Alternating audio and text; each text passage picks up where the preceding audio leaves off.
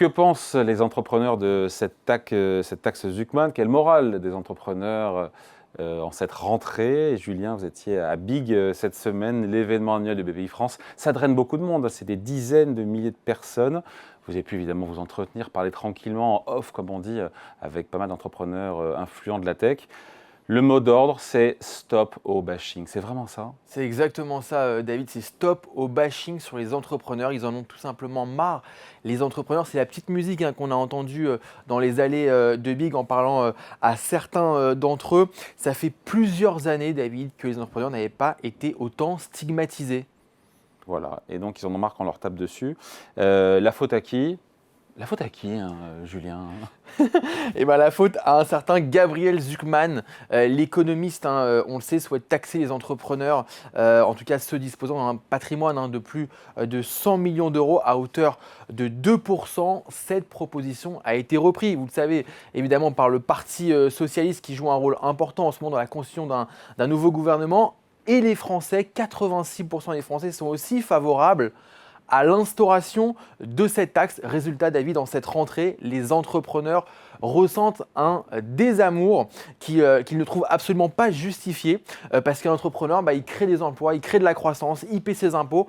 Pourquoi un tel désamour? C'est ce qu'on a pu entendre dans les allées de Big. Notamment de jeunes entrepreneurs qui se lancent dans la tech, qui sont voilà. Exactement. Alors effectivement, et après tous les entrepreneurs ne sont pas assujettis évidemment à cette taxe Zuckman, mais quand même, la majorité d'entre eux sont évidemment contre et ressentent ce désamour. Certains comme Éric Larchevêque, donc on en parlait, cofondateur de la licorne Ledger, envisageraient même de quitter la France si cette taxe était adoptée.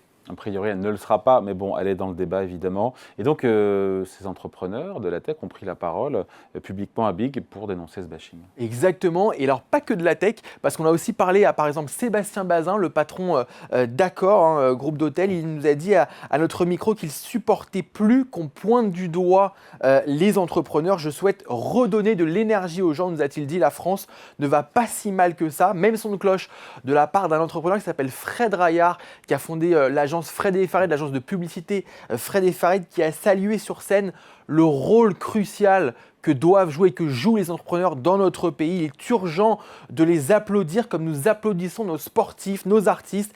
Il est urgent de les protéger, de les alléger aussi, notamment de charges, et de les célébrer. Le mot entrepreneur, David, vous le savez peut-être, évidemment. Enfin, vous le savez, je pense. Bien sûr. Entrepreneur. Entrepreneur, c'est un mot français.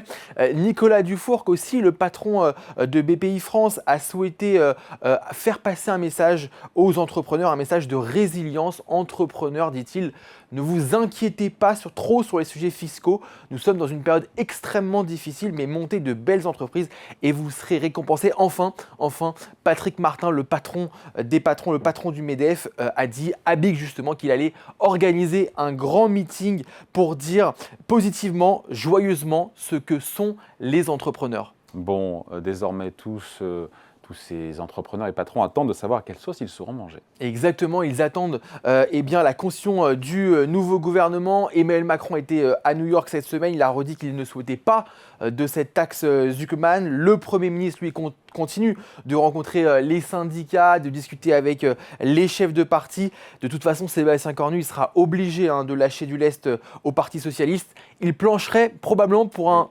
ISF. Oui, un néo-ISF. Un néo-ISF, revisité, exactement. Il s'agirait donc plutôt de taxer les holdings familiales à hauteur de 20%. Vous savez, les holdings familiales qui permettent aux plus riches de se payer en dividendes. D'ailleurs, c'est ce que souhaitait François Bayrou. Cela pourrait rapporter 2 milliards d'euros à la France. Allez, merci Julien.